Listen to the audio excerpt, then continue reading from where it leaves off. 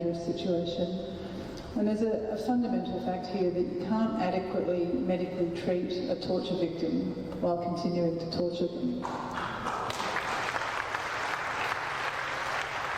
The British government has out of hand dismissed the concerns of the United Nations, not just the concerns of Nils Melzer, but dismissed the report of the United Nations Working Group on Arbitrary Detention.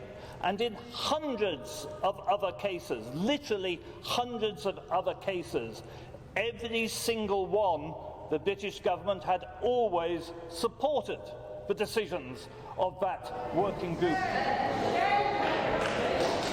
Now, Chelsea Manning is also re-imprisoned.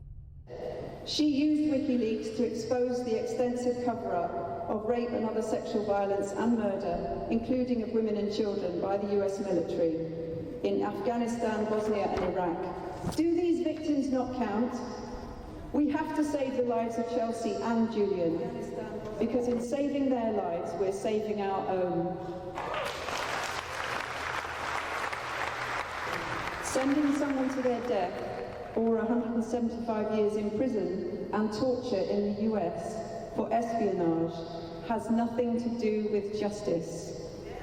There are many reasons to defend Julian, even if you have never met him. Freedom of expression, rule of law, due process, democracy, sovereignty, the right to asylum, and human rights in general. So what I say to all of you is continue the work of Julian Assange, break their digital walls, make that information the property of the public. We have the right to see it, and we must continue to penetrate their invisible walls of secrecy. I know Julian very well. He's my friend. And I have no doubt that he deserves to be protected. Thank you. It is not only that he is the victim of torture, it is not only that his life is at stake, it is not only we want to save him from a dreadful injustice, we also want to save him because the world needs Julian Assange as a symbol and fighter for liberty in these times.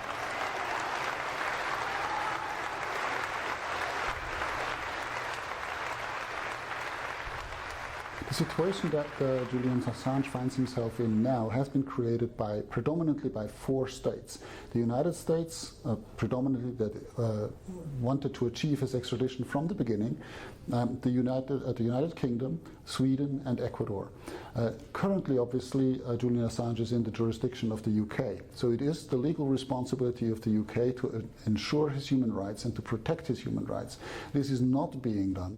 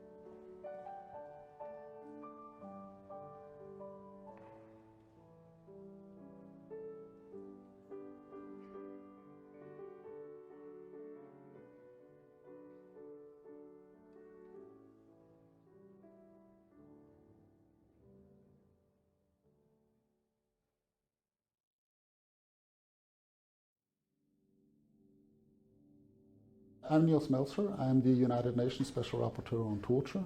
I have visited Julian Assange on the 9th of May 2019 in Belmarsh Prison.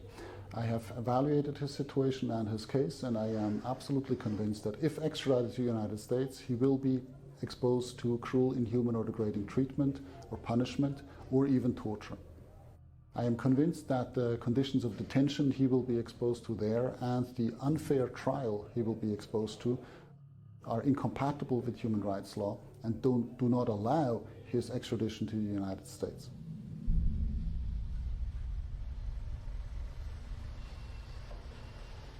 Julian Assange's case sets a precedent in relation to the extraterritorial reach of the US state to persecute a journalist and publisher with a 100% track record of accuracy who was carrying out journalism outside the US, in Europe, and who is an Australian citizen.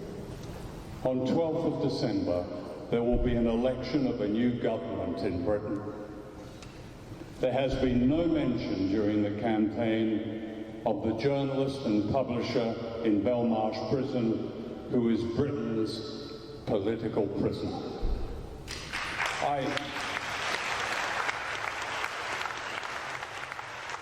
Julian Assange is not being punished for anything he has done wrong. He is being punished for everything he has done right. The US is asserting the right to prosecute a non-US person who's not in the US under US laws. That is absolutely terrifying. Can you imagine if Russia wanted to prosecute an NGO or a journalist in London for revealing Russian crimes? It's exactly the same principle. The extradition treaty between Britain and the United States includes one vital section that says, and I paraphrase it, no one shall be extradited if the offence which he or she is said to have committed is in any way political. 17 charges concocted against Julian Assange by the United States are based on the 1917 Espionage Act, which was and remains a political law enacted to chase after conscientious objectors during the First World War. What he attempted to do was smash through the wall which has been created between us and the actions of governments who are supposedly acting in our names. Now, the function of this is to scare people away from crashing through those walls.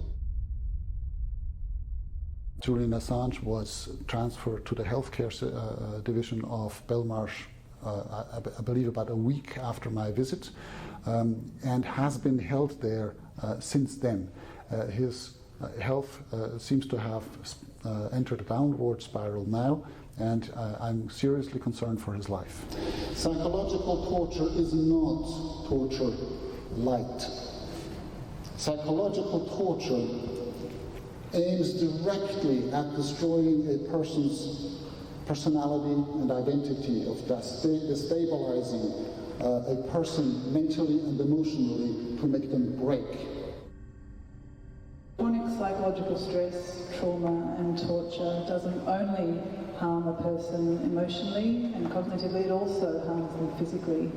Being in that chronically elevated state of stress, so chronically activated stress physiology, so it's a very serious and dangerous situation. And there's a fundamental fact here that you can't adequately medically treat a torture victim while continuing to torture them. The British government has out of hand dismissed the concerns of the United Nations, not just the concerns of Nils Melzer, but dismissed the report of the United Nations Working Group on Arbitrary Detention.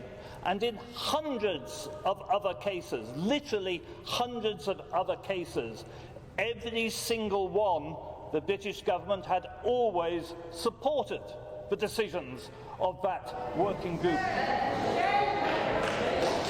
Now, Chelsea Manning is also re-imprisoned. She used Wikileaks to expose the extensive cover-up of rape and other sexual violence and murder, including of women and children, by the US military in Afghanistan, Bosnia and Iraq. Do these victims not count? We have to save the lives of Chelsea and Julian, because in saving their lives, we're saving our own. Sending someone to their death, or 175 years in prison and torture in the US for espionage, has nothing to do with justice. There are many reasons to defend Julian, even if you have never met him. Freedom of expression, rule of law, due process, democracy, sovereignty, the right to asylum, and human rights in general.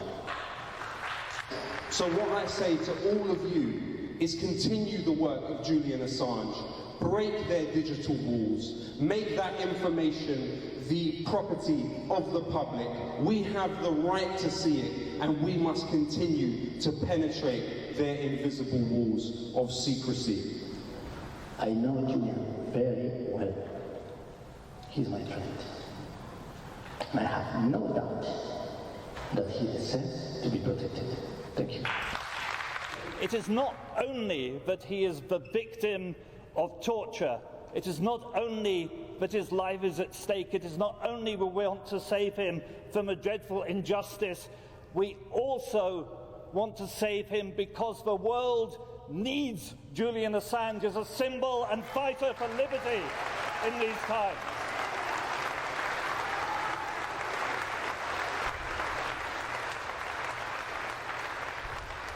The situation that Julian Assange finds himself in now has been created predominantly by 4 states.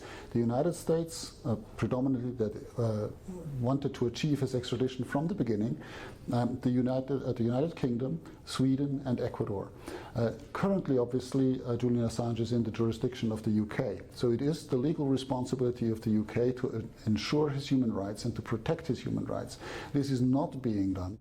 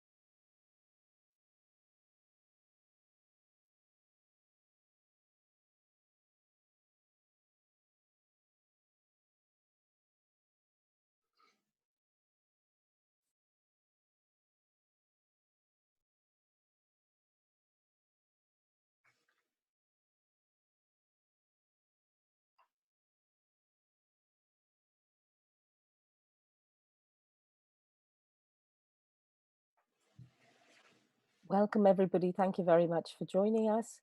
We're about to start in 2 minutes. I'm just waiting to hear that the live feed is up and running. So please bear with us for just a couple of minutes more and we should start. Thank you.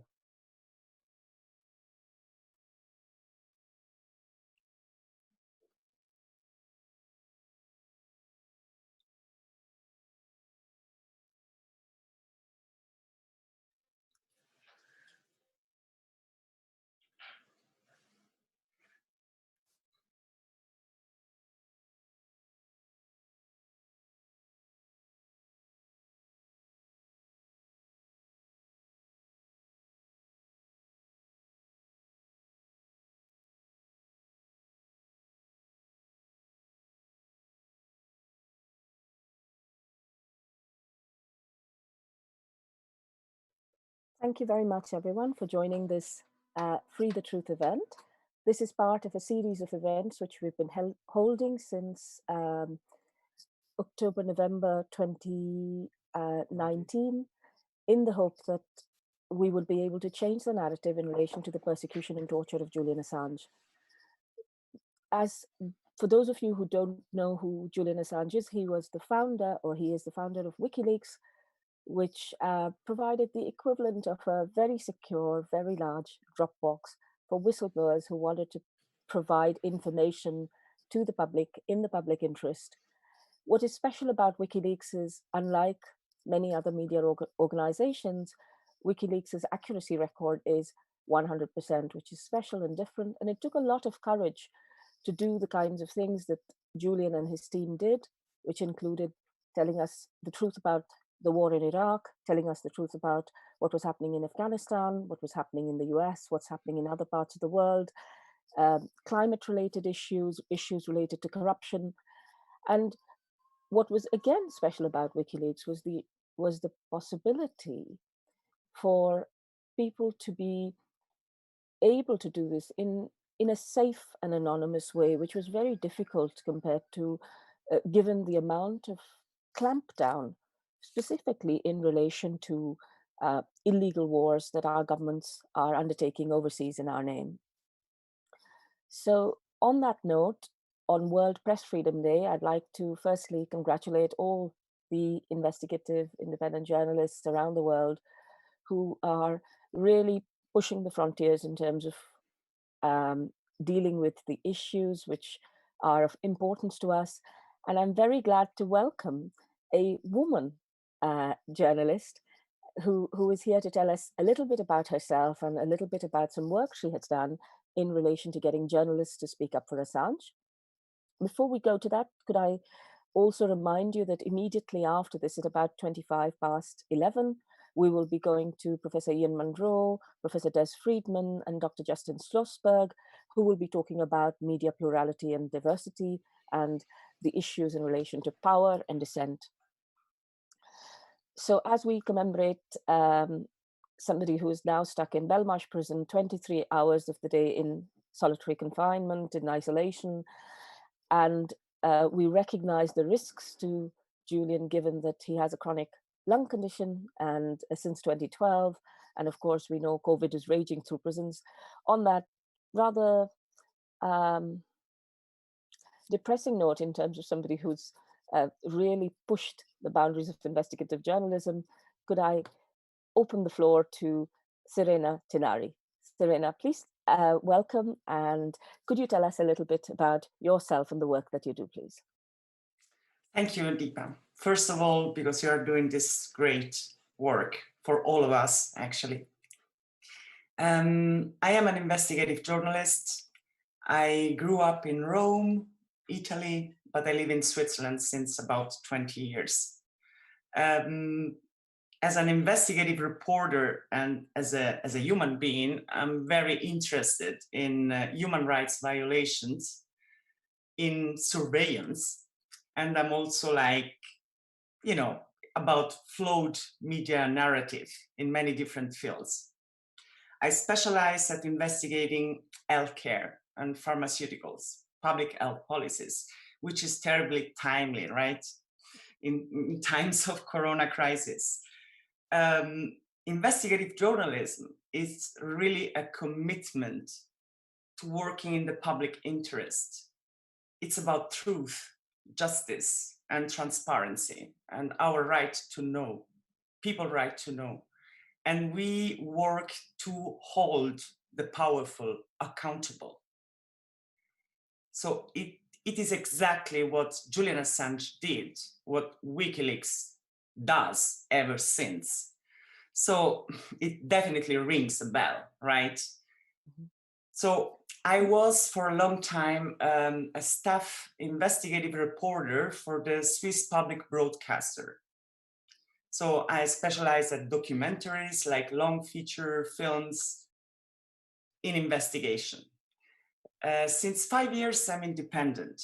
I co-founded with a valuable fellow called Catherine Riva, an organization, is a non-profit to dig deeper on public health policies, on public health affairs. It's called Recheck.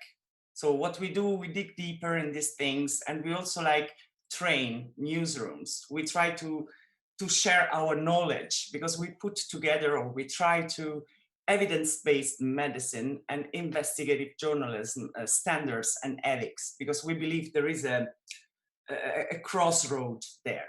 Mm-hmm. So that's a bit about me. Thank you. Thank you very much, and welcome again.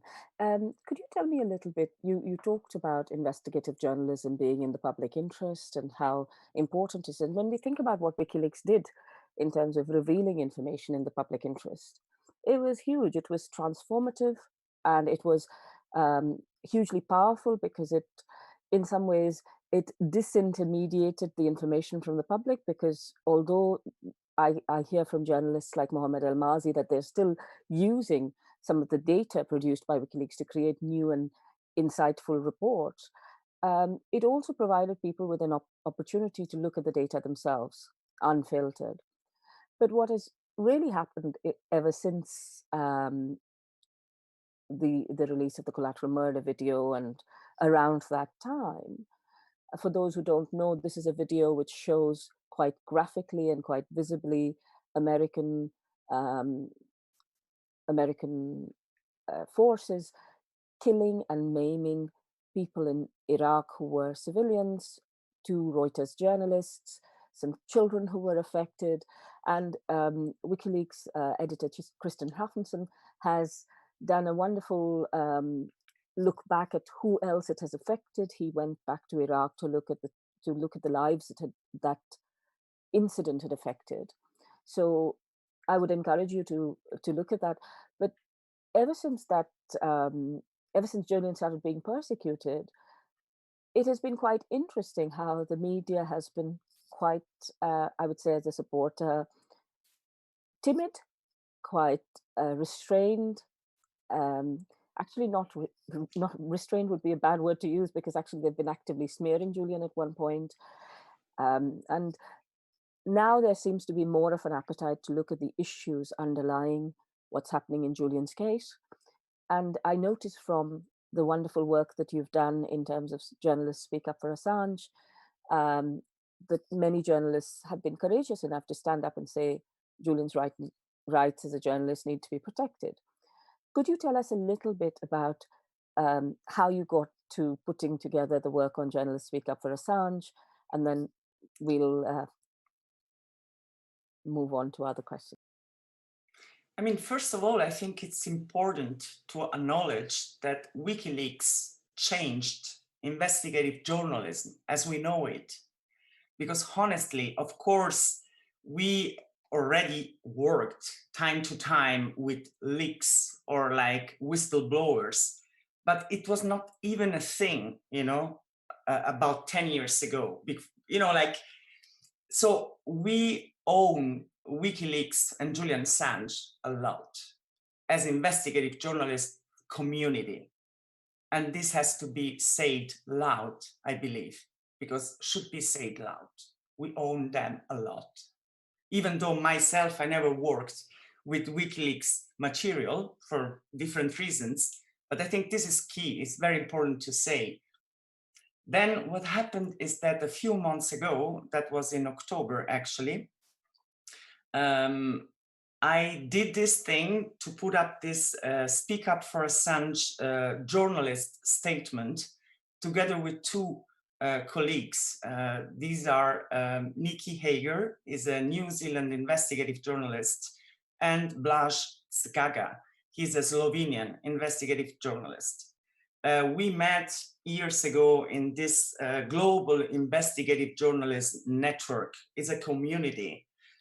Right now, of course, virtual, but we also meet often in conferences and so on. And we try to work together because we share the same values.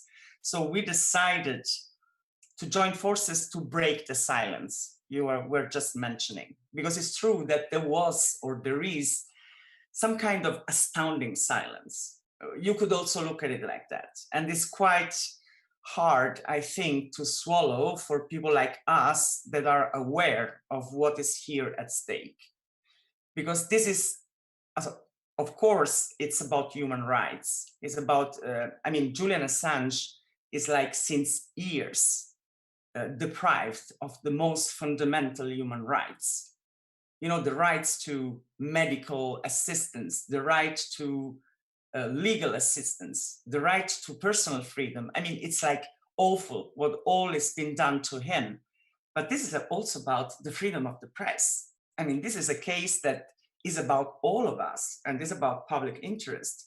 So we joined forces and we found out that many great fellows were ready to help us, because we wrote a statement, and I hope our audiences today will go and read it, because it's a strong statement.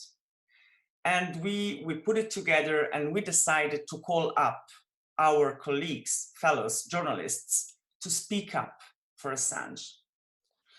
Why do you think this didn't happen before you put the letter together? You know, have you got any thoughts on why it is that people were so quiet? And or we will be picking this up again, just so that everybody knows. Just a reminder, we will be discussing dissent, power, and issues, particularly in the UK, with the media, with Professor Ian Munro, who's on screen, and Professor Des Friedman and Justin Schlossberg in a second. But Serena, sitting on the outside, why do you think that nobody's talked about it? And could you give us a little summary of the statement and the key points you made, please?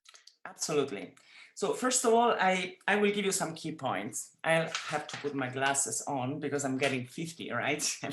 I can't read. Well, we wrote, and everyone can go back to our website, which is speakupforassange.org.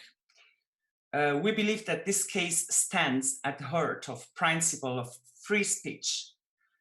We also know that since about 10 years, actually, Julian Assange is subjected to serious violations of his human rights, including restricted access to legal defense and medical care.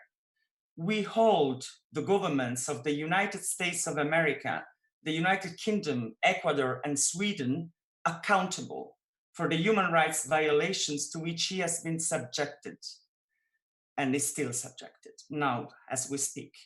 I think that's a really important point, really, because this is the first time that 4 nation states have colluded to target one individual. So, yeah, it's a very powerful point in your letter. You know, as Nils Melzer, the UN rapporteur on torture, put it, it's probably the first time that we see 4 countries, supposedly be democratic countries, right, ganging up to go after a guy that actually did something in the public interest. I mean, it's like just insane that you can be prosecuted and persecuted for the crime of revealing war crimes. Something is very wrong here, right? So what we also wrote, we believe that Julian Assange has made an outstanding contribution to public interest journalism, transparency, and government accountability around the world. He's been singled out and prosecuted for publishing information that should have never been withheld from the public. The reporting of abuses and crimes he did is of historic importance. So we demand the immediate release of Julian Assange, and we urge our governments, all national and international agencies and fellow journalists to call for an end to the legal campaign being waged against him for the crime of revealing war crimes. And we do urge our fellow journalists to inform the public accurately about this abuse of fundamental rights. And we do urge all journalists to speak up in defense of Julian Assange at this critical time, because dangerous times call for fearless journalism. This is the end of our statement, and this online, everyone can read it. So to go back to your question, I mean, clearly, Julian Assange was victim of a smearing and disinformation campaign that you don't need to be like a rocket science specialist to see where it came from. Many of us, or virtually all of us, we fell for it. Even people like being critical mind thinkers. Of course, it was so deep and strong. So this is one problem. We believe that many fellows just didn't see the elephant in the room, because it was very intense, the smearing campaign. On the other hand, what I realized in these months, because this was launched, we started working together for this in October 2019. And what we have seen is that many actually feel extremely guilty, like many journalists feel that we are letting Julian Assange down. So, and this, if you put it together in the mainstream media horizon, we know that there are many problems, right? But I think we should also, like our initiative, our statement today as we speak has been signed by over 1,500 journalists from 100 countries. And there are also many editors and editors-in-chief. There are many independent journalists, but there are also like mainstream media editors. So it's not true that it's just we are just a couple of guys. No, it's true that this is going on. And as we speak, we have now these numbers and counting, because every day we have more people joining us. And also, I think it's important to underline, although of course, I'm very angry as an investigative journalist of this smearing and misinformation. I find it absolutely outraging. But I think it's also important to underline that at the end of the day, even The Guardian, that didn't do a great work in the last 10 years, but even The Guardian, the New York Times, the Washington Post, they all published editorials, quite strong, saying clearly, no to extradition, no, this is wrong. So maybe we should also hold all of them accountable. You know what I mean? Like, hey, we are not alone. It's not just like speak up for Assange freaks or Julian Assange supporters. We do understand what his case means, not only in terms of violation of human rights. This is awful. It's happening in plain sight. Are we okay with this? That you can be jailed without any piece of evidence, and you can be extradited to a third country?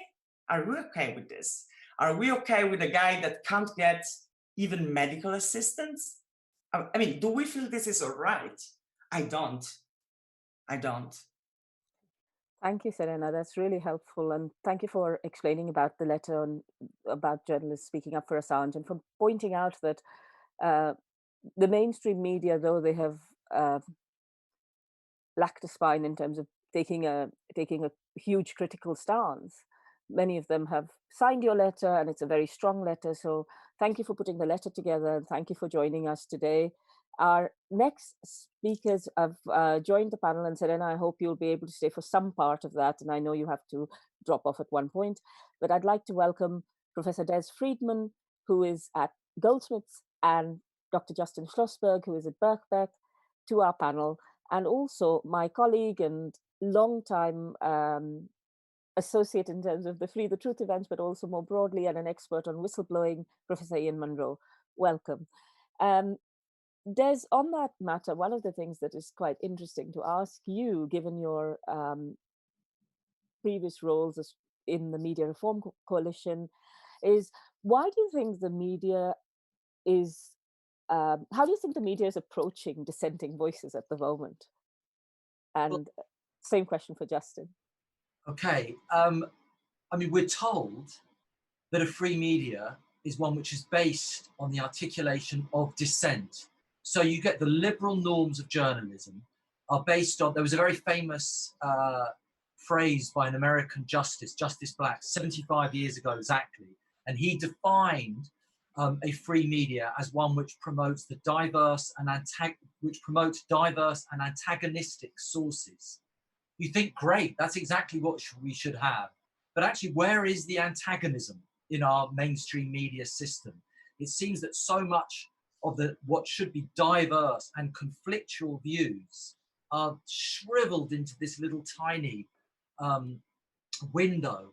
And the problem is that window excludes so many voices. And I think there are two main reasons why that's the case. One is, the vast bulk of our mainstream media operate on commercial principles. Ultimately, their objective is to make money, not to tell the truth. That's a huge generalization, but it is not untrue. So you have that kind of the enormous commercial instincts and logic really do help to put pressure on any content or any individuals who are telling uncomfortable truths about that system. And then the second, I think, real constraint is around the impact of the state, which is clearly crucial when we're talking about the case of Julian Assange. So this is a state which has extensive operations in which to manipulate the flow of information. It has propaganda regimes. They're not called that in many countries. They're just seen as expert public relations. But there are groups set up to try and massage what goes on in such a way as that it promotes the interests of state. I mean, I think it's really interesting. Justin will probably say much more about this, but you have the BBC and its Panorama program. Now, the Panorama has been, over the last few years, Justin and I have spent quite a lot of time pointing out its attempt to denigrate Jeremy Corbyn without allowing for any kind of right of reply. Now, the Panorama 6 days ago did a very good piece of investigative journalism around the coronavirus. What was the response to the British government? This is unacceptable, they said to the BBC. This is not the role of a public service broadcaster to ask these questions. So on that occasion, when the BBC promotes really good investigative journalism, the state comes in hard. We've seen that, the state, in relation to journalists operating in Northern Ireland in recent years, as well as with Julian Assange. We've seen it in relation to, look at what goes on with the Spanish state in the way in which it treated what was going on in Catalonia with the independence movement. Sorry, I could go on for hours about this, but those are two, I think, structural reasons which start to talk about why dissent, which is presented as something crucial, is actually exorcised from our media landscapes.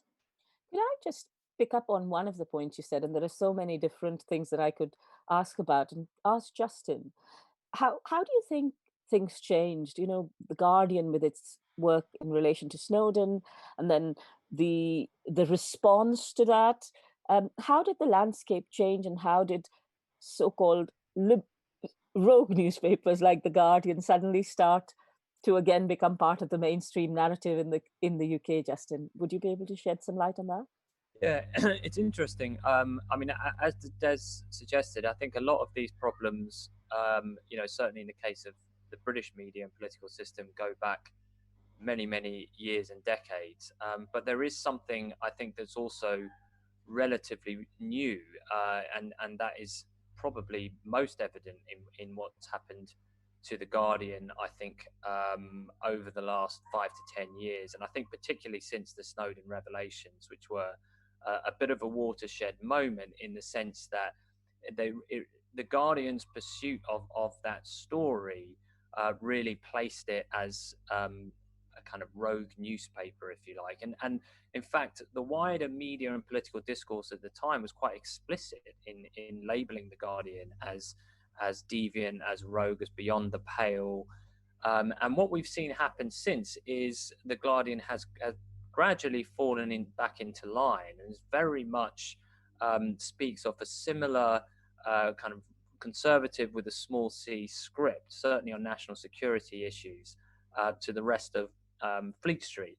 And I think that's happened for all sorts of reasons. I think part of it is to do with the fallout from the phone hacking scandal, which was a story that The Guardian broke, and which again also reinforced its position as an outlier in Fleet Street.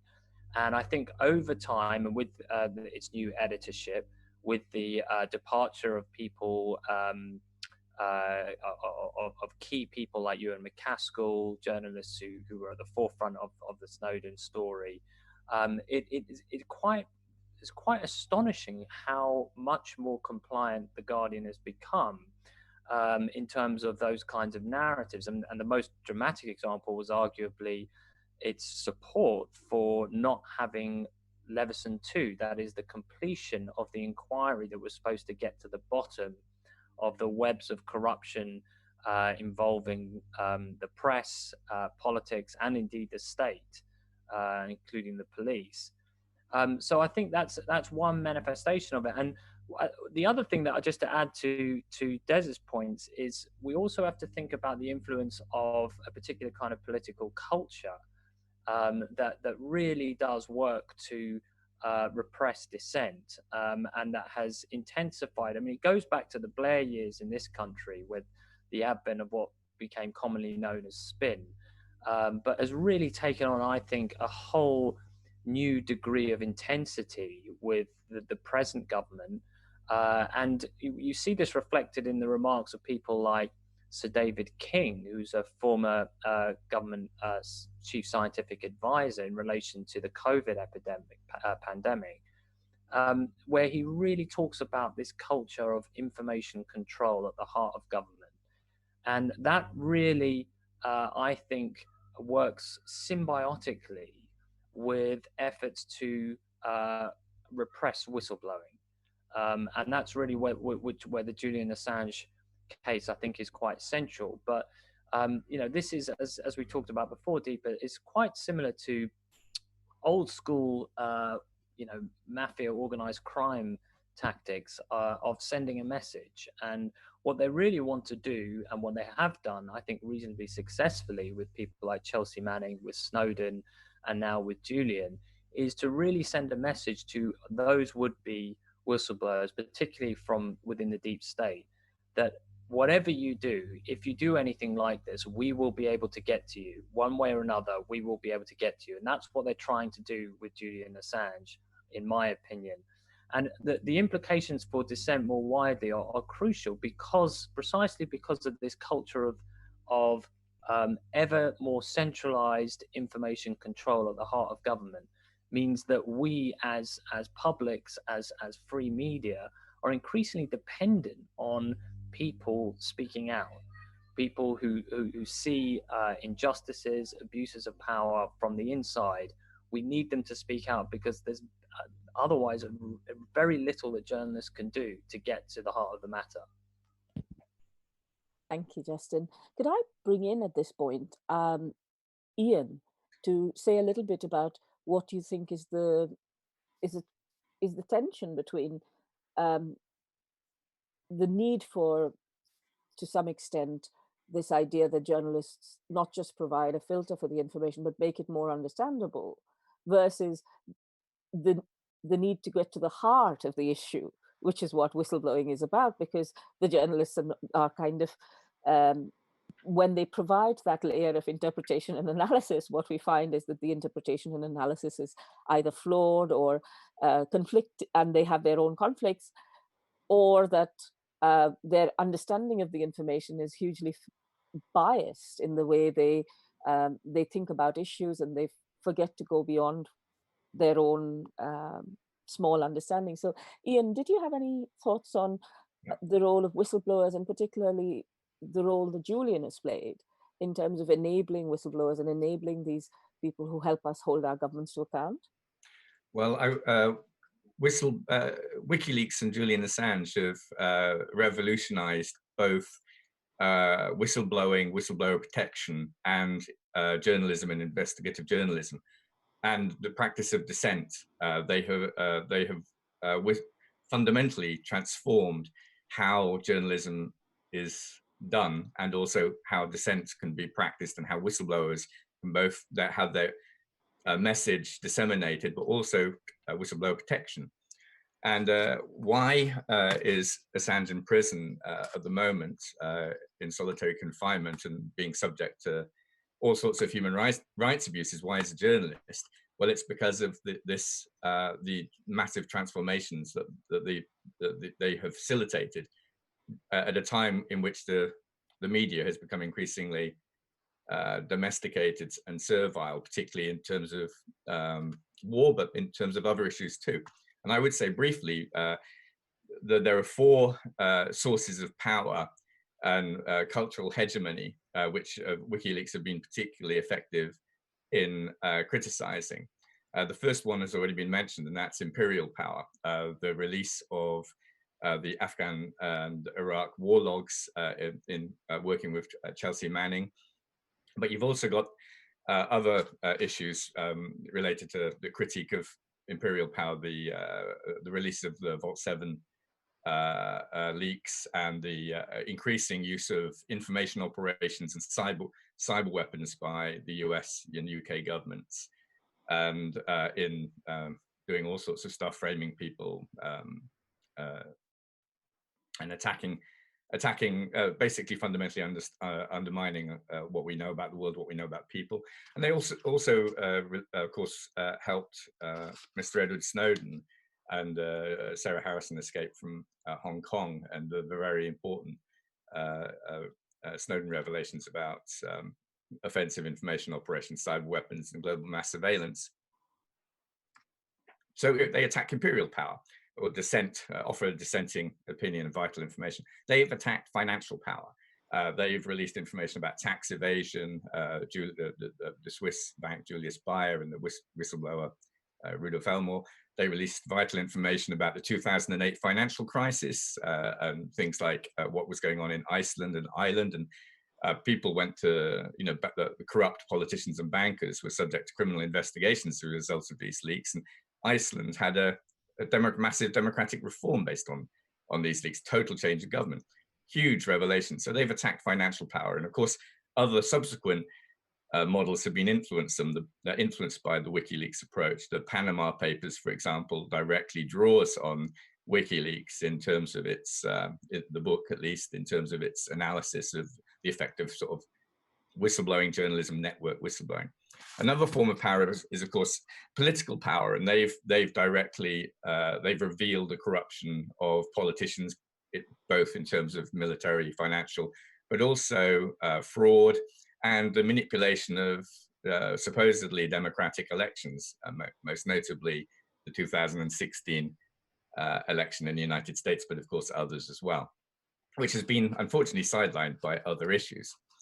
And then you've got, finally, they have attacked media power. They have pioneered a new form of citizen journalism and whistleblowing journalism. And they have revealed just how servile the mainstream media is, which there's of course a lot of work done on this, but they have presented a massive threat. And it's incredible how quickly media outlets who initially worked with WikiLeaks very quickly turned against them after they sort of won their Pulitzer Prizes, and it massively boosted newspaper circulation and made their reputations as individual mainstream journalists. And then all of a sudden, well, actually he was a bad man, blah, blah, blah.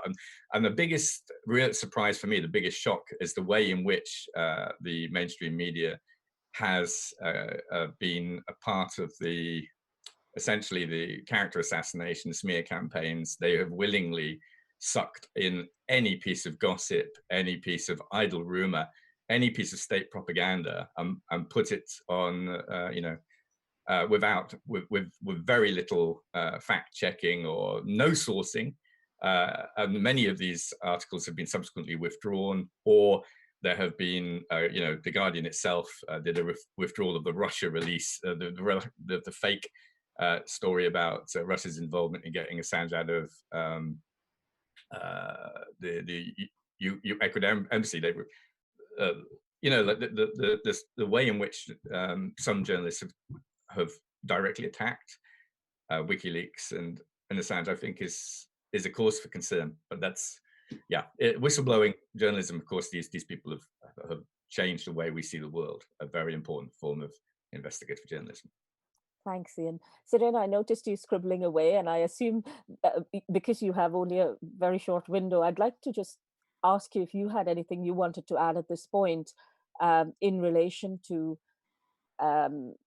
both the possibility for dissent, but also sitting outside the UK, looking into the UK in terms of the coverage of Julian's case, the way in which the media seems to tuck it in page 5, paragraph 2, anything that the defense says, but anything that the prosecution says gets a lot more coverage. There is little discussion of the fact that the world's most important journalist is currently being held in Belmarsh prison 23.5 hours a day. And he, for the last 1 month, he hasn't managed to speak to his solicitors because the prison is in lockdown, that the solicitors, when they speak, they find that you know, the information that they're providing in court in relation to, say, a change in hearing date or a request for bail doesn't get the kind of amplification it deserves. Did you want to say something, Serena? Absolutely. I think this is a case for open justice, because I mean, it's clear that, I mean, Julian Assange was one more time denied the decent access to his legal counsel. And this is again like a gross violation of fundamental rights. And what is going on now is even worse, of course, because in times of corona crisis, we just can't attend the hearings. I mean, journalists, we are just like, we can't be there.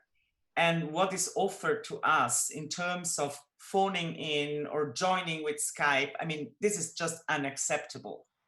So it's clear that now, I mean, we hope something will come out in a few days, because this trial can't just take place like that, right? Of course, I wish a lot more reporting on this case. And this is what we ask our signatories. When people join our call, Speak Up for Assange, journalists Speak Up for Assange, they do commit to do their work. Because the bottom line, okay, you sign something, but you put there your name and your face because you are committing to the truth on this case. So I really wish badly that there is way more reporting about this case. But of course, can't be now. I mean, now we are like in this unprecedented crisis worldwide. So this can't be the moment where Julian Assange has to stand in court, because he can't, first of all, he can't even attend himself his own trial. I mean, how wrong is this? I think it's clear that here we have a case for open justice, and we should all fight for it. Then I wanted to say something about I think, of course, it's clear that WikiLeaks and Julian Assange work broke with something that for some journalists is really a problem. Like, some journalists feel that they are the gatekeepers of the information, right? So they filter and they decide what has to be published. WikiLeaks broke with this rule, basic rule, and I think it was great, honestly, because I think the open access to information is very valuable. But of course, this made also kickstart a number of dynamics, many toxic dynamics, which had a perfect coming together with this big ganging up of 4 governments, of course, led by the US government, that has clearly a clear agenda about that. But I agree with what the others said, that this is of historical importance, because I mean, they are really warning all whistleblowers, all investigative journalists. They are telling to all of us, no, you're not going to survive this. And this is, of course, one more reason why we need to speak up and fight it. We need to fight for Julian Assange now, for him, but also for all of us. and for the public interest at the end of the day. This is our role. Justin, I wondered whether you could say something about what it is about the way the UK media is structured at the moment. That you know, quite a lot of time when I talk to both academics and not just in media relations, but across the piece, and to journalists, they seem to have this false idea of balance. The idea that it is very important for them to present a balanced view, and that part of that, what I find is part of presenting that balanced view seems to be about repeating untruths and thereby legitimizing themselves, because they offer the mainstream narrative, and then you have a small amount of counter narrative which is offered, and that counter narrative is presented as the critical content. Or alternatively, you know, even within a lot of the, you know, for example, I've spoken to a couple of journalists, I've been to the court hearings, which, yes, it was quite amusing when the judge referred to the need for open justice and the need to progress the case really quickly without Julian being present, as an attempt to do what was in the interests of the accused and the interests of the prisoner, given that, you know, Julian shouldn't be in prison in the first place. But it is quite, could you talk a little bit about this idea of balance, about this idea that mainstream media seem to have, that Julian's not a real journalist, and somehow they are? Yeah, I think there's two interesting points for me. Could I just interrupt for a second, please, to ask anybody who's not muted themselves to please mute themselves, because we're having a little bit of feedback on the line, and I'm not sure if it's getting through to the feed. Thank you. Yeah, it's a couple of interesting points for me raised there. I think firstly, when we're talking about the way in which certainly organizations like the BBC and other mainstream press and broadcasters report the news, it is, I think, always been through a lens of what we might call legitimized debate. That is, you know, what is acceptable dissent, if you like, or you know, the notion of balance and impartiality has always been applied to you know, favored government policy on the one hand, and objections to that fall within an acceptable sphere. And I think we saw that quite vividly challenged by Jeremy Corbyn's leadership of the Labour Party. I think we saw it a lot in the primaries debates with Sanders, where all of a sudden these ideas that had been previously almost not admissible in mainstream public debate could no longer be ignored. And then we saw a kind of reactionary response from that from journalists that was pretty vicious and merciless, actually. So I think there is a certain sense, and I think Serena really touched on this, in which professional journalists protect quite religiously their role as the authoritative gatekeepers, as the people that determine what is acceptable news. And in the case of Julian Assange, the way that often plays out is just not necessarily through the kind of delegitimizing narratives that we saw in relation to Corbyn and Sanders, but sometimes just in omission, right? So if they can just not cover the story at all, if they can not cover that particular perspective at all, then that actually makes their jobs easier. The problem really happens when you have people like Corbyn and Sanders that make it impossible to ignore. And I think that's kind of what we see played out. And the other thing to say here is that all of this intermeshes with a kind of wider culture of intolerance that we, you know, I think is a lot of that is fueled by the Twitter sphere, by the rise of identity politics, where actually, you know, people just aren't able to engage in proper reasoned debate with people that have legitimate dissenting voices, right? So, you don't have to agree with everything Julian Assange has done or said to acknowledge that his rights are being fundamentally abused by the state. There's all sorts of people in public discourse that I would instinctively disagree with. I mean, a perfect example is someone like Peter Hitchens, who's a columnist for a right-wing newspaper, who tends to speak off an agenda that doesn't at all resonate with my politics. But I do recognize him as a legitimate voice of dissent. And I do recognize his right to express his views, provided that they are, not at all in any way invoking racism or bigotry or any form of hatred. Then he has a right to say what he has to say. And what we see increasingly in this culture of tolerance is that people like that, and people like Julian Assange and a lot of some of my colleagues in academia, are just delegitimized as cranks or dismissed as conspiracy theorists or people that are just off the spectrum. And I think that there needs to be something that changes in the way that we engage in public debate, particularly through Twitter as well. Can I come in deeper? Yes, please, go for it, Des. Well, the first thing is today is World Press Freedom Day, and I do think, to misquote Gandhi, that press freedom would be a good idea.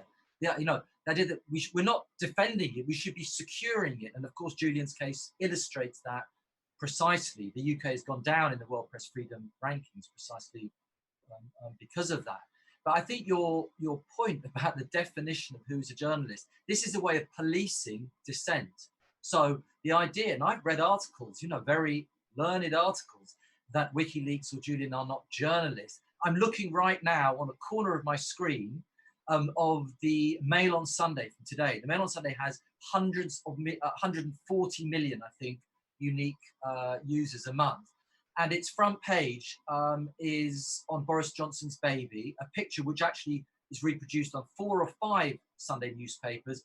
The Mail's headline is "He's got Daddy's hair," and I think it points to 2 pages, 6 and 7 inside the Mail. Now that presumably is journalism, I guess, but somehow what Julian Assange and WikiLeaks have done in actually shedding light on the activities of the powerful, somehow that's not journalism. Now, even the fact that argument is put is a way of disciplining journalists, of disciplining potential whistleblowers, because they will be seen as somehow, not part of a legitimate activity, when it is precisely they and their activities that should be defended. So when it comes to the question of balance, for me, it's really about the starting point to a certain extent. It's about the questions that you ask in order to then get the answers. And the questions are often already predetermined, or the agendas are already very narrow. So you may have some limited dissent, if that's the word, on questions of war. But actually, how often is the legitimate, is the right of the US or the UK to invade other countries? How often is that question posed? All right, once the occupation or the war takes place, there may be some small questions about tactics. But the fundamental starting point is not to question the rights of major imperial powers to go to war. So the balance then becomes completely skewed in any case. So, in Britain, the idea of political balance is you will have someone from the Tories answered by someone usually from the right of the Labour Party. And that's presented as balance. But actually that reflects, again, a tiny ideological window, as if that speaks to the entire conflicts from which dissent emerges and needs to be proposed. So there are whole means of these structural and behavioral ways in which dissent is delegitimized and removed from public discourse. As it looks to me, oh no, Deepa, you are there. I was about to say you had been removed, but you're not yet. Okay. I just noticed that Ian had his wanted to make a point there, but I was just trying to see whether it was just my screen which was freezing up. Ian, did you want to say something? Could I add to the additional point in complete agreement with the previous speakers? In terms of this, the idea of balance is exactly a policing function, and it's been a serious problem for the climate change journalism as well, where you've had 997 out of 997 articles saying climate change, man-made climate change is happening, the scientific consensus, and then that's presented on one side, the scientist, and then on the other side you have a clueless idiot paid for by the oil industry, and that's balance. A blatant lie paid for by either right-wing political institutes or oil, the big oil, and that's and then you've got the truth manufactured, created by rigorous science. And then balance is somewhere between the lie and the truth. And this has been a major problem in the promotion of climate science denial and a fundamental misunderstanding for many, many years. And I think that the notion of balance in journalism is deeply problematic because it's essentially used to circulate falsehoods and to sow doubt over issues. And talking about falsehoods, one of the organizations that was involved, or rather provided the context for this, is an organization called Stratfor. What is the role of these reputation management consultancies, these strategic advisors? Because Stratfor, I remember them saying they put Julian in prison, make him eat cat food, he can be so-and-so's bride, and move him from country to country, leave the case open. And if you look at what's actually happened in Julian's case, the Crown Prosecution Service colluded with the Swedish prosecutors to keep Julian's case at a preliminary investigation stage for almost a decade, which is completely against any idea of law and fairness. And, despite this, all that was talked about was, oh, he abuses his cat, oh, he smears feces on the wall, and a range of other horrendous smears which kind of distance his audience from him. So I notice you nodding vigorously, Justin. Did you want to say something about that? Yeah, I think that's a key point. And part of the way to understand this for me is to think of it in terms of the kind of structures that you alluded to, things like impartiality, the things and the kind of newsroom culture that acts as this conditioning force for journalists, but is one that is not necessarily kind of conscious or that people aren't necessarily aware of, as we're not aware of structures generally in our kind of day-to-day work and living.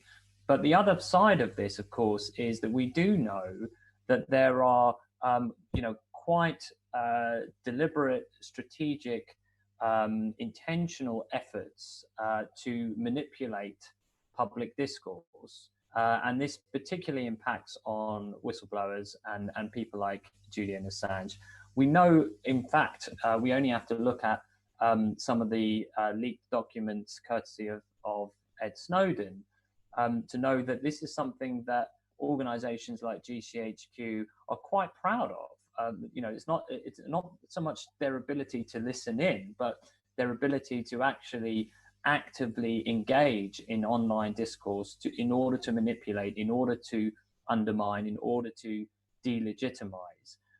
We've seen that recently in the UK with revelations about the Integrity Initiative, which was an outfit backed by the Foreign Commonwealth Office that was engaged in perpetuating negative stories about one particular political leader. And so it really is what's really interesting for me and something that I think probably needs a lot more of research and investigation is how, on the one hand, these organizations and institutions that are involved or see it as part and parcel of their role, not just to kind of manage and control the flow of information, but to actually manipulate it and very often to produce disinformation. And on the other hand, what could be quite innocent journalists who are going about their day-to-day jobs, believing that they're doing it in a way that is credible and professional, but is in fact, helping to reinforce these narratives that delegitimize dissent. Can I just ask a question? Because as an activist within this movement in terms of seeking to free Julian, it can be quite disempowering when the work that we do or the truths that we want to tell are hidden. So, and one of the things I would have liked to see, for example, is my own trade union, UCU, taking a more active stance, because freedom of expression is something that many of my colleagues seriously believe in. So, would you offer any advice to grassroots activists who are concerned about not being able to provide information to the media? How do we change this? Is it always going to be like this and get worse, and we just have to suffer and slowly wither away? Or how do we break through? What do we do? How do you have any ideas about courage and depth? And Des, if you wouldn't mind, if you could say something about the Media Reform Coalition's role, and same Justin. Ian, did you want to go first? You had your hand up. Oh, yes, please. Do you mind it? Thanks. Not at all. Sorry, I didn't notice. Please go ahead. So the first thing I would say, that one of the reasons for this extremely hostile backlash against Julian Assange and WikiLeaks is precisely because of the pioneering, the incredible efforts they've made in improving our quality of information and the range of the level of dissent, the level of engagement, the involvement of the public, the transformation of journalism. So actually, the reason why things are we're worried about Julian right now is precisely because of the amazing success of this network. Media Reform Coalition is another brilliant network. Can I just add, a few bits related to what Justin Strasberg said? So the Integrity Initiative is the role of WikiLeaks again in highlighting private security and private sector intelligence companies has been crucial. They've released documents about an organization called Hacking Team, involved in targeting activists and so on. HB Gowrie sort of promised to take down WikiLeaks, was employed by the Bank of America, and I'm not sure, possibly the US government. And Anonymous, one of their operations was Operation Avenge Assange, where they essentially destroyed this private intelligence, the reputation of this intelligence actor. And the Integrity Initiative is ostensibly a charity which targeted I think anti-war activism, and it's done under the umbrella of being protecting us against the Russian threat, but of course they take down critical and anti-war activists and politicians. Craig Murray was one of the few people who did a great job in bringing our attention to this, another whistleblower who worked closely with WikiLeaks. And the role of WikiLeaks, again, in raising this issue has been absolutely crucial, and it's only going to become more important. But I would add one thing about that is that there's a terrible misunderstanding of these things in mainstream journalism, particularly in some with some of the more recent Guardian journalism, where WikiLeaks has sort of been basically tarnished as supposedly working with private intelligence organizations. It's absolutely the complete opposite, and it just shows the astounding ignorance of some of us supposed investigative journalism on these very important issues. The whistleblowers themselves know full well what's been going on, and they stick together on these issues. They circulate vital information, and I highly recommend people follow them on Twitter.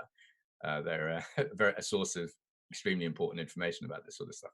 Sorry to interrupt there. Not at all. Thank you, and thank you for that contribution. Des, did you want to say something?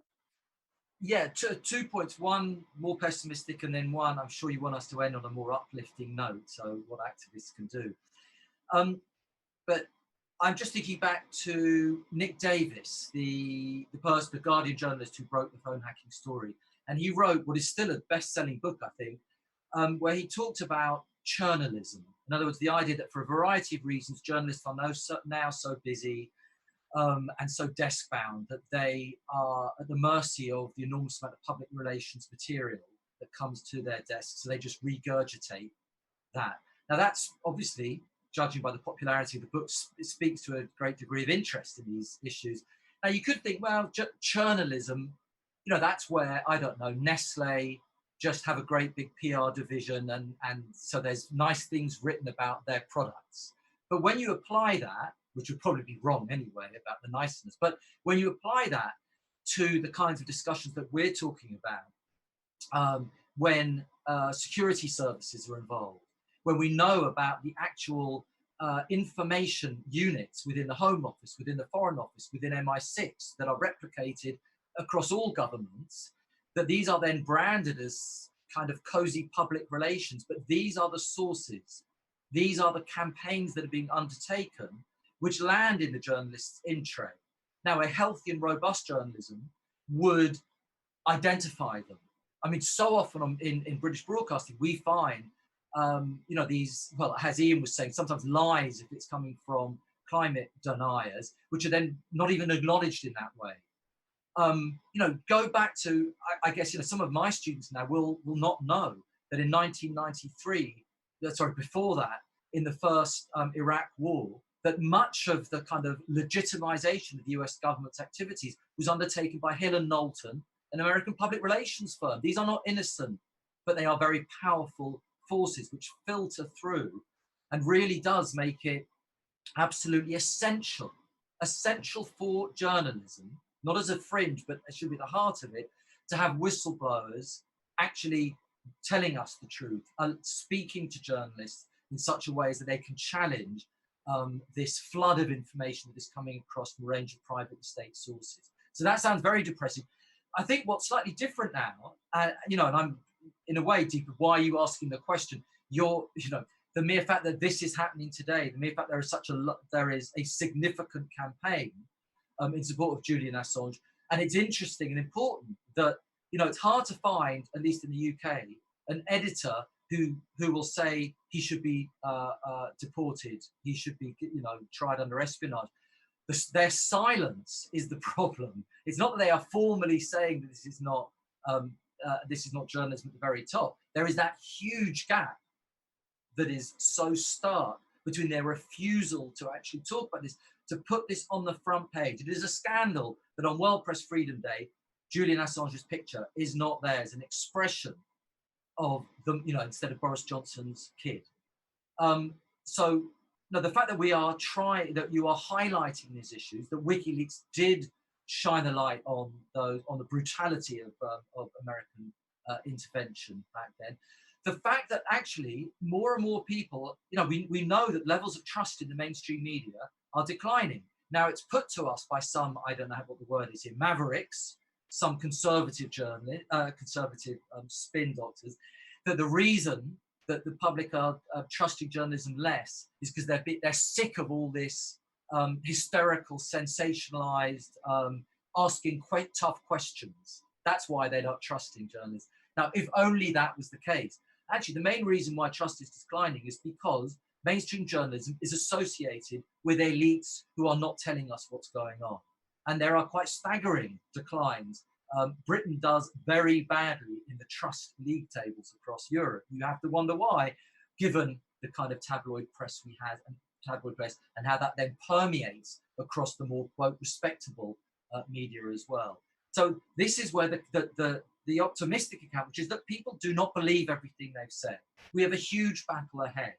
But the task of both the whistleblowers, of the amazing work that's being done by and on behalf of WikiLeaks, the kind of work that's done in the US by Free Press and in Britain by the Media Reform Coalition, to actually challenge the corporate structures, the ideological confinement that we have. This is what is crucial. And I think there is a huge and growing audience for it because people know that something is not right. I'm not saying we're winning necessarily, but there are more opportunities through a flourishing independent, genuinely independent media ecosystem. It's flourishing, but it's very insecure because, you know, things are structured in such a way as to privilege the corporate entities. But I do think there is, a ray of light in all of this, that it is by campaigning that we ask the questions, that we make it much more difficult for mainstream media just to silence us. And the job certainly is not done. But I think, you are asking all the right questions. Thanks, Des.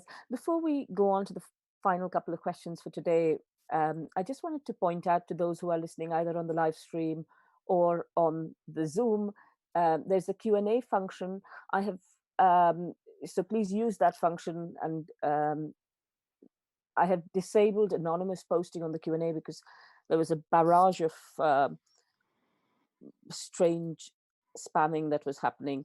But as long as you put your name, you will be able to ask a question. Could I remind people that yesterday we had a very, very powerful event with Professor Mats Andenas, Robert Tipo, who helped Edward Snowden escape from Hong Kong, and Ben Weisner of the ACLU, talking about the legal aspects of Julian's case.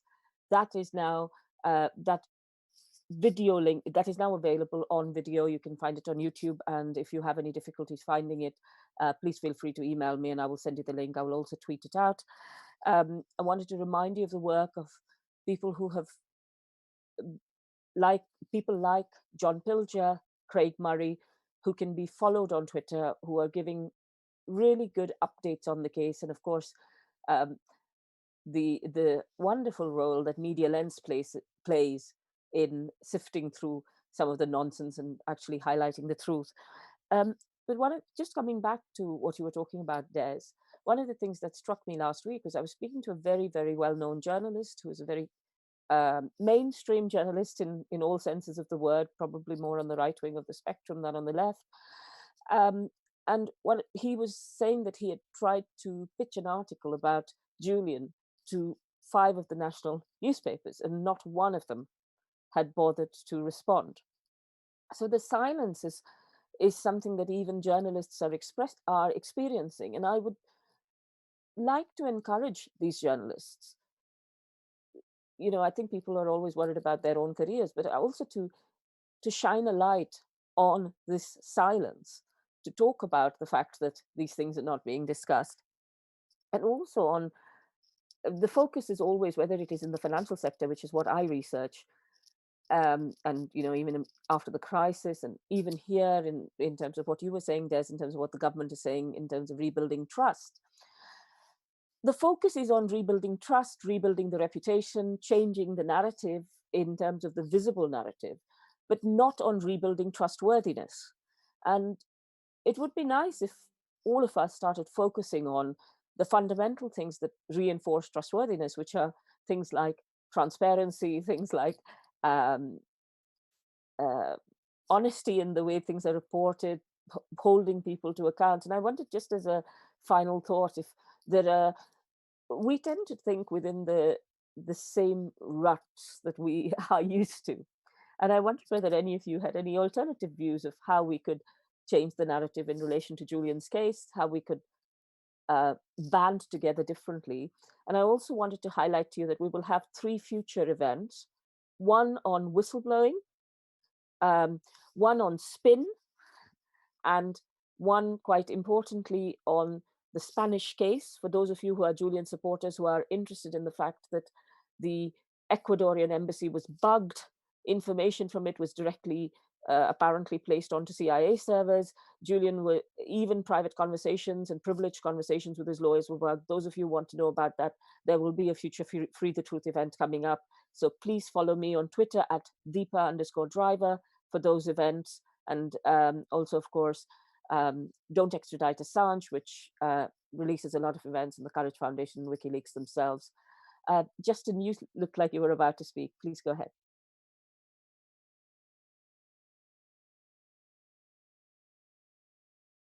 Justin, Sorry. I think you're still muted. Yeah. Sorry. Yeah.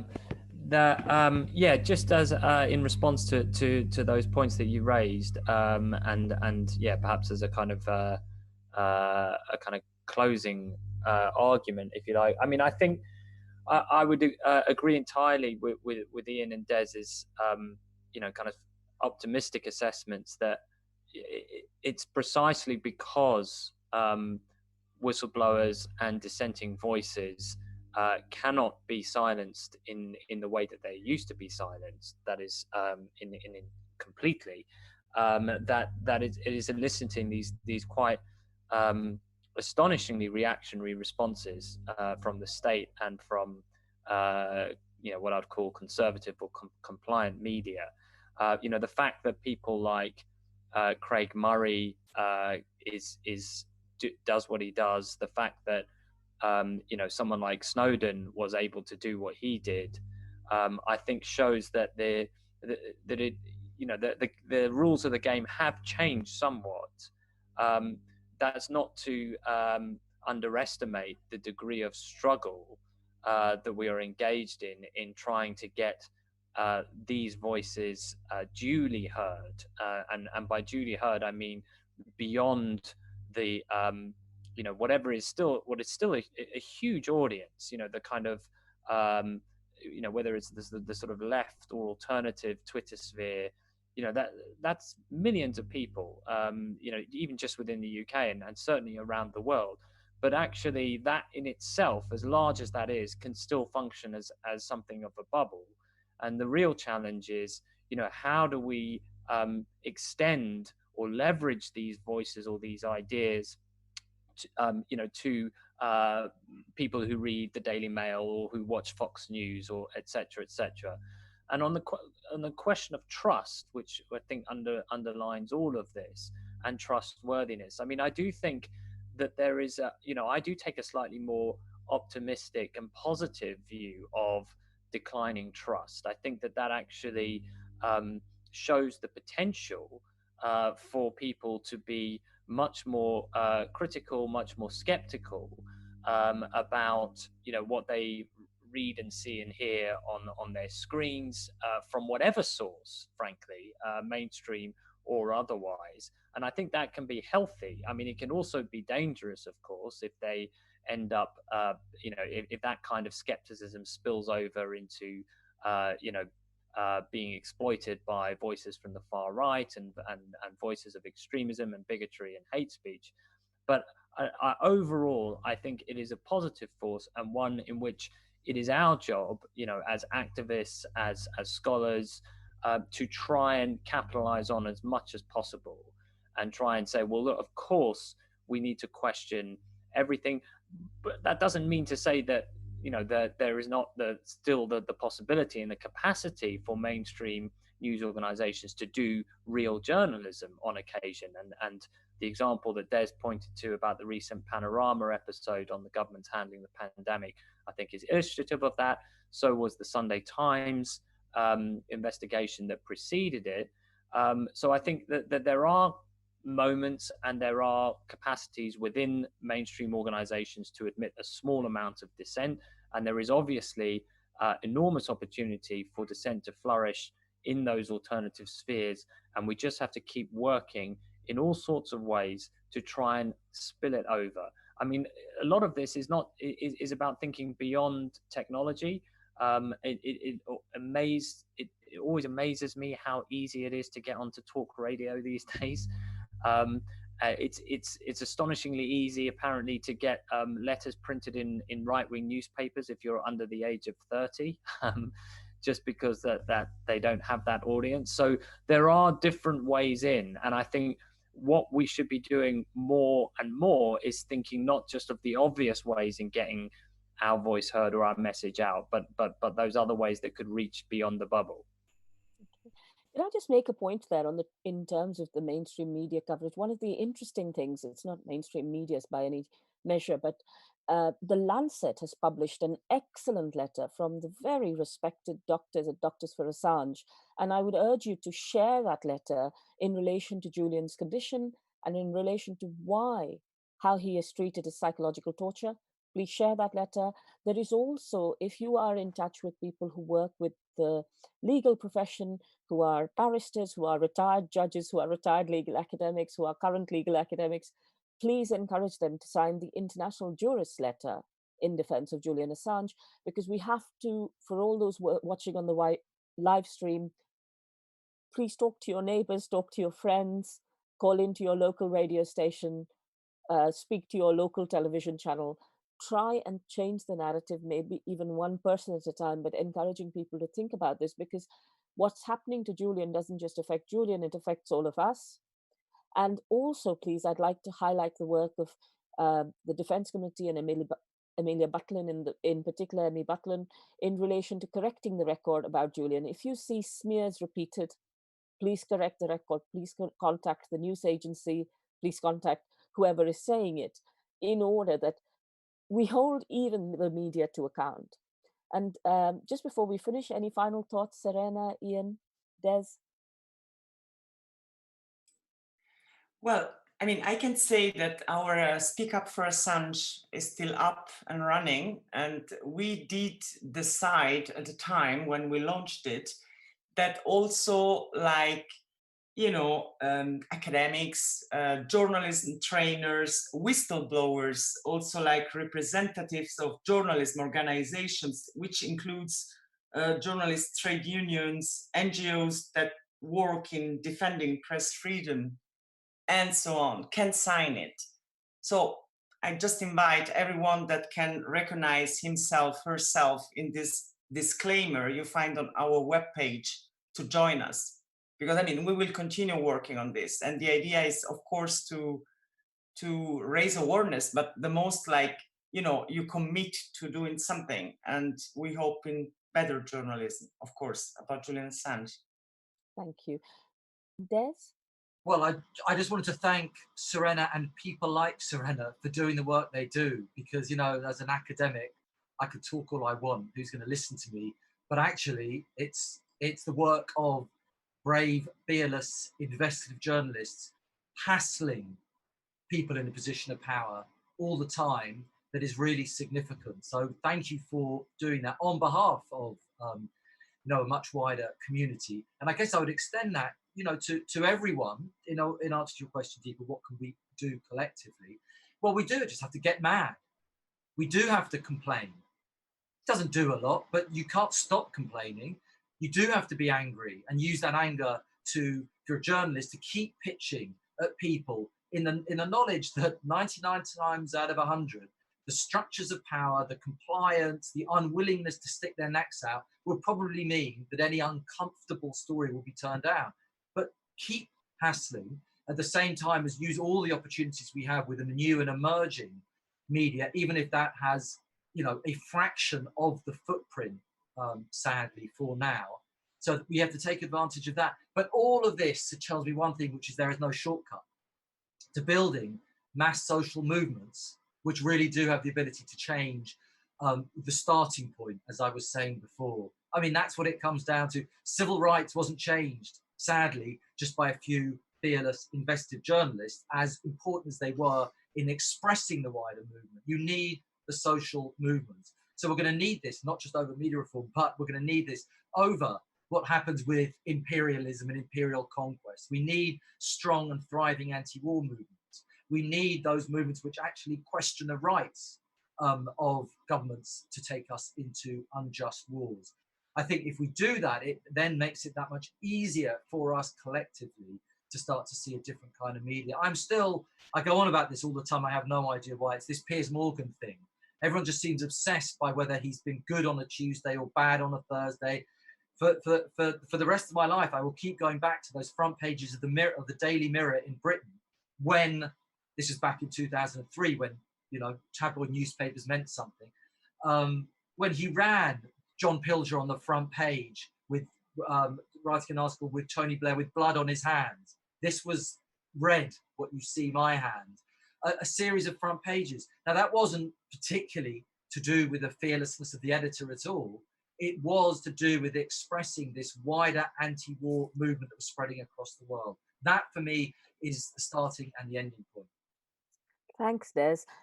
On that note, that we shouldn't agree to the routinization of the ill treatment of Julian, I'd like to move on to Ian Munro for final thoughts before we hopefully bring this event to a close. Ian. Thanks, Deepa. One thing that I wanted to highlight, which I think is a sort of commonly felt experience of sort of activists, possibly people generally, is the disconnection. You feel, am I the only one thinking this, and am I alone? And what you're particularly good at in the events that you've been running over the last months is connecting a wide diversity of different constituents from different sort of professions, lawyers, doctors, journalists, academics, activists, and I think that is the way in which you can, to build on Des's point as well, that how we create a social movement. That is something that you're doing, which I think is extremely important, and the way you're doing it is very, is admirable and I think very effective. In fact, looking at the way the event has taken on legs, you've got the United Nations and all sorts of people speaking at these events, and not so it's not fringe anymore. Yeah, it's not fringe. Yeah. Well, firstly, I'd like to just remind everybody that this is part of a global march for World Press Freedom Day. So there are events taking place all across the globe, which are being restreamed via Action for Assange and Unity for J and through Candles for Assange. All the events will be, I know it's difficult to listen to Zoom for more than a few hours at a time, but they will all be recorded and you'll be able to see them. Please also note that there are 2 further events today in the UK, one at about 2 o'clock discussing with 2 young journalists, critical independent journalists, Mohammed El Mazi and Tariq Haddad, and also a photojournalist. And then later in the evening, talking about dissent, social movements, talking about really being somebody who's on the front line of this. We have Chris Williamson, we have Greg Hatfield, and a bunch of other journalists coming to talk to us. So that's at 4 p.m. UK time. Please join us, and thank you very much for participating. Thank you for being part of the event, both in hopefully soon physically again where we can see each other, and also for to our wonderful panelists, Serena, Ian, Des, Justin, thank you for your time, and thank you all very much for joining us. And I'm going to end the call now. I'm sorry we couldn't answer all the questions, but we